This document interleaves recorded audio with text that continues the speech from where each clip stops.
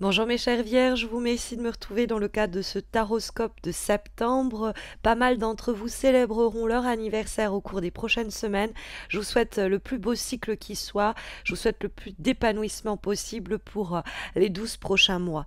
Alors, eh bien, on va précisément s'intéresser à ce début de cycle avec ce mois de septembre que ce tirage va nous permettre d'étudier. Et pour première énergie, eh bien, cette lame de l'as de bâton que l'on va donc trouver dans ce qui va nous être profitable, favorable en termes d'action, d'attitude ou d'initiative pour les semaines à venir, ou carrément le surgissement d'événements qui pourraient eh bien, nous être profitables. Et nous trouvons donc cet as de bâton qui est un symbole très vif. C'est une carte de feu, elle est flamboyante. Elle nous parle d'une grande vitalité, d'une grande énergie au profit du commencement d'un projet, d'une histoire, d'une situation ou d'une relation. L'as de bâton, c'est l'idée de ne pas rester passif face aux événements que l'on va traverser. C'est même quelquefois être l'idée c'est quelquefois même l'idée d'être soi-même le catalyseur des événements. On va non pas uniquement se saisir d'opportunités éventuelles, mais on va carrément aller les chercher, sinon les provoquer. L'as de bâton, il y a quelque chose presque de proactif qui peut même être encouragé ou favorisé au cours des prochaines semaines. C'est un as, il va nous signaler le commencement, c'est l'idée d'entreprendre quelque chose, d'initier ou de démarrer un projet, une relation et une situation. Cette carte étant placée dans les éléments positifs, c'est quelque chose que le tirage voit d'un bon œil, que ce départ, que cette chose que l'on invente, que cette situation que l'on initie. Tout ce qui va prendre vie et prendre forme est favorisé. Ça peut d'ailleurs être quelque chose que l'on n'attendait plus, parce qu'on va voir que le reste du tirage est un peu délicat. Donc cet as de bâton peut faire effet un peu de torche, entre guillemets, dans l'obscurité éventuelle des semaines à venir. Bon, j'amplifie le message négatif parce que le tirage présente pas mal d'épées qui peuvent nous indiquer pas mal de prises de tête. Mais ça peut être justement autour de ce nouveau projet, autour de cette nouvelle situation, autour de cette nouvelle relation. Et donc, il peut avoir dans les prémices, dans le cadre des premiers temps, un peu de déambulement, un peu d'égarement, un peu de dispersion, c'est pas trop, on devient méfiant, on est en tout cas un peu défaitiste. Et donc ça peut être ce qui fait prélude à ce nouveau départ et on doit, bon gré mal gré, traverser cette période de doute, d'angoisse où les choses n'avancent pas aussi vite qu'on le voudrait, mais qui finira bien au cours de ce mois même de septembre par aboutir et déboucher sur ce nouveau départ auquel on aspirait. Mais il va falloir surmonter les épreuves en question. Ça peut être aussi cette idée que ce nouvel élan, ce nouveau challenge, eh bien, il va susciter tout un tas d'angoisse et de crainte. Peut-être qu'on a l'impression de chausser des chaussures un peu trop grandes pour nous ou d'être dans une situation un peu trop anxiogène pour nous. Mais cela accompagne dans ce cas-là un nouveau départ qui est néanmoins favorisé, en tout cas encouragé par les cartes. On va trouver en face de cet as de bâton dans les obstacles cette fois-ci, c'est-à-dire dans les éléments contre lesquels le tirage va nous mettre en garde, des attitudes, des comportements à éviter ou des situations peut-être éventuellement problématiques qui pourraient surgir au cours des prochaines semaines et que le tirage nous demande de garder à l'esprit afin de les atténuer, de les contourner, voire carrément de les éradiquer. Et le 6 de bâton, bon, on reste dans cette famille des bâtons, quelque chose de très tangible, quelque chose de très concret, et le 6 de bâton, c'est normalement une carte de succès, une carte de victoire étincelante, quand ta carte est en bonne posture, ce qui n'est pas ici le cas, elle est dans les obstacles. Et ce 6 de bâton, on voudrait avancer peut-être à toute allure vers notre objectif, on voudrait peut-être que les choses avancent à plus grande vitesse, mais nous voici quelque peu freinés. Les victoires sont tout de même à portée de main, mais il va falloir nous montrer un peu plus tenace, un peu plus pugnace, parce que si des étapes sont franchies, que des petites victoires sont obtenues, nous ne sommes pas encore prêts d'atteindre l'objectif que nous nous étions fixé ou de voir le désir qui nous tenait à cœur se réaliser. Donc il y a peut-être aussi autour de ce nouveau départ ou à cause de ce nouveau départ, beaucoup de choses qui doivent être simultanément affrontées, qui causent aussi quelques délais, quelques retards et qui conduit à ce sentiment éventuel de frustration que le 6 de bâton peut signaler, car nos désirs ne sont pas pleinement ou totalement assouvissables pour un temps. Il y a avec le 6 de bâton une éventuelle situation bloquée, mais ce n'est que temporaire, ce n'est pas voué à durer. Ça pourrait entamer un peu votre confiance en vous, en votre projet, en vos capacités à mener ce nouveau challenge ou à susciter ce nouveau désir ou à vous saisir de ce nouvel objectif.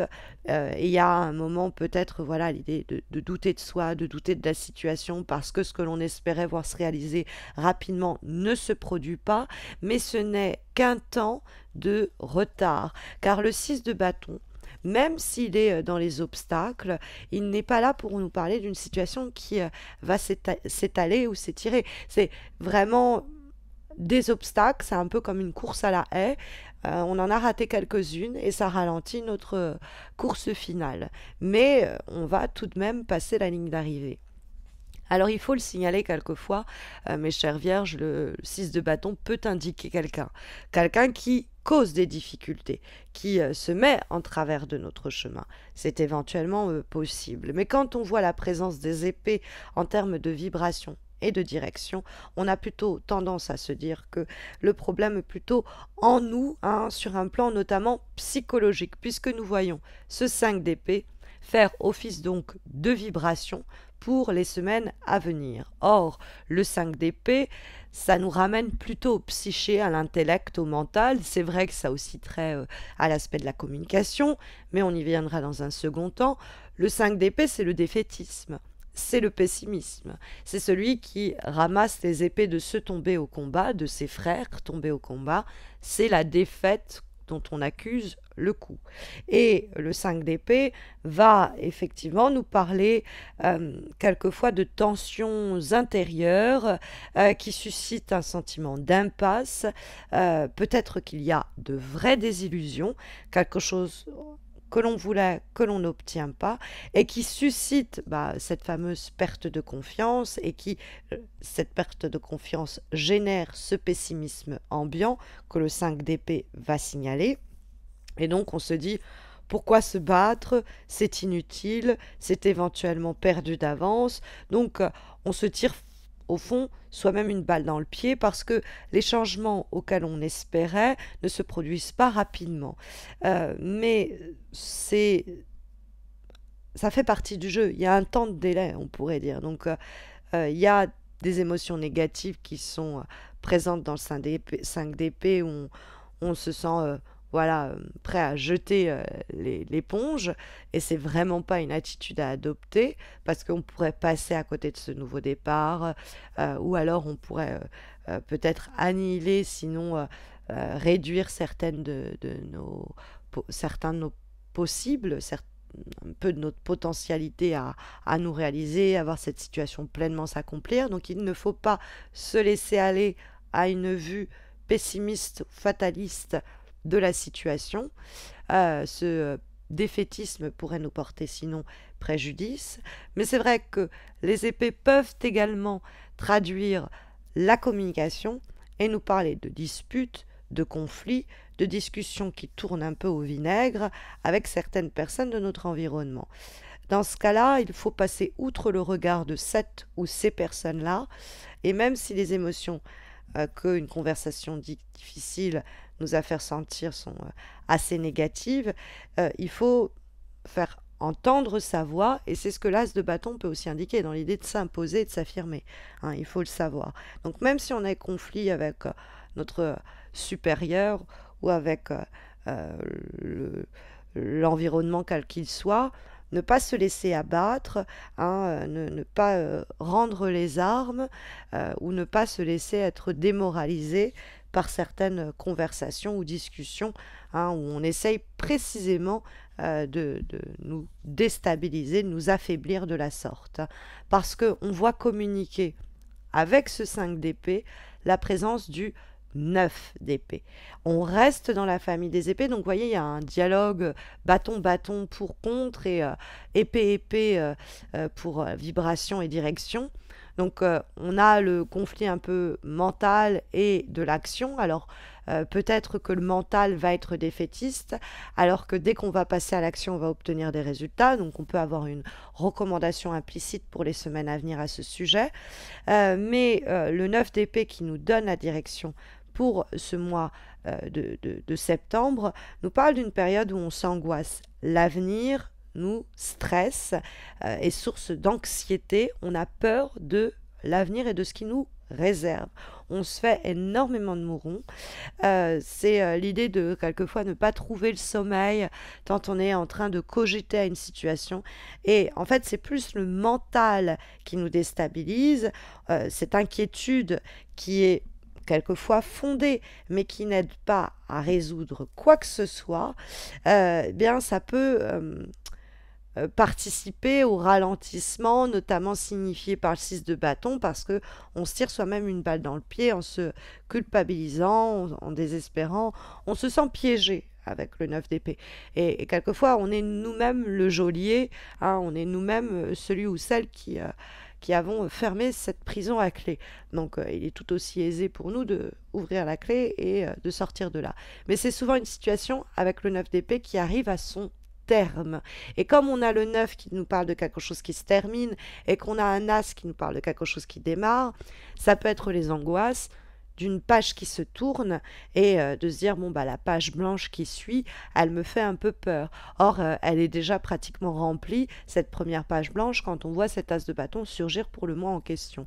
Donc ne vous laissez pas prendre par vos peurs ou vos angoisses, ne les laissez pas prendre le contrôle, laissez-vous porter par des actions décisives, menez des actions, ne pensez pas que c'est mort d'avance, ne finalement vous coupez pas vous-même vos ailes, hein, il y a un petit peu cela. Alors c'est vrai que le 9 d'épée c'est aussi la communication parce que ce sont les épées et ça pourrait nous dire que il y a des discussions difficiles qui nous laissent affaiblis. On est dans une situation très injuste, mais dans ce cas-là, l'as de bâton nous indique clairement que nous avons le moyen, les ressources pour nous battre et nous sortir de cette situation. Hein, on pourrait subir quelque chose psychologiquement, mentalement, sur le plan des échanges, et pouvoir à ce propos agir sur un plan très concret. Et pour cela, il suffirait qu'il y ait une décision à prendre visiblement, puisque nous allons avoir comme dernière énergie, avant-dernière, pardon, énergie pour ce mois de septembre, mes chères vierges, eh bien, la carte du choix à faire. Il est issu de l'oracle des haïkus et le haïku suivant lui est attribué. Jardin zen, le pont enjambe le bassin d'eau. Et donc, c'est bon, l'idée tout est dans le titre, hein, d'un besoin de passer de quelque chose que l'on connaît à quelque chose qui est moins sécurisant et qu'il nous reste à découvrir. Et c'est ce que le pont enjambe, entre guillemets. Donc, c'est un voyage qui peut être physique, mais aussi plus intérieur. C'est l'idée de passer d'un état connu à un état qui nous reste à découvrir et prendre cette décision de se lancer dans ce nouveau voyage, dans ce nouveau périple. Donc, choisir d'entreprendre, je dirais, si on met ce choix à faire de l'oracle des haïkus en rapport avec cette fameuse lame de l'as de bâton avec laquelle ce tirage démarrait. Comme dernière énergie, cette fois-ci, nous avons une lame issue de l'oracle Osho, Et en fait, c'est le tarot, pardon, au chaud. Et nous avons la carte du stress qui nous présente ce personnage en train de faire mille et une actions simultanément et qui va nous parler de l'anxiété, de la tension, du stress, de l'angoisse. C'est quelqu'un qui est prêt à entrer en éruption d'un moment à l'autre tant il est débordé, hein. C'est une sorte de magma en fusion.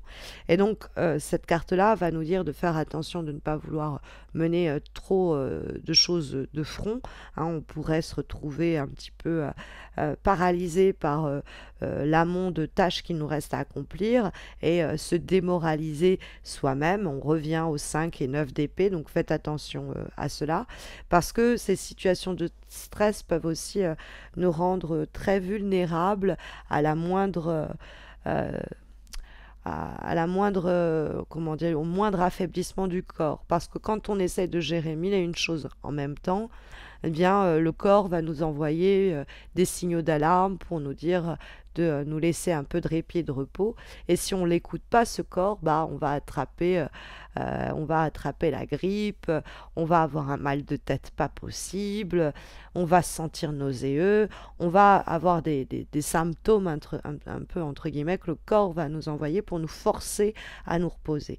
Et puis cette carte du stress va éventuellement aussi nous signaler que pour diminuer la source du stress, illustrée notamment par le 9 d'épée, hein, qui semble trouver sa source dans le 5 d'épée d'ailleurs, il va falloir ne pas essayer de se surcharger d'actions, de tâches et de responsabilités, prendre des choses une à une, on pourrait ici comprendre.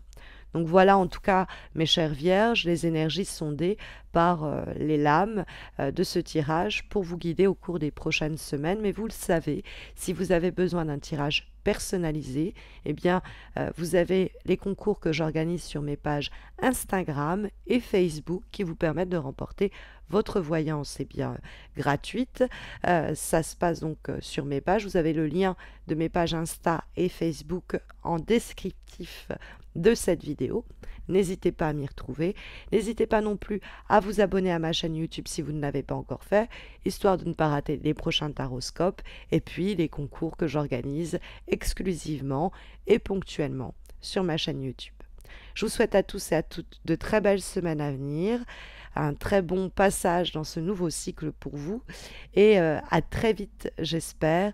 Prenez bien soin de vous mes chères vierges.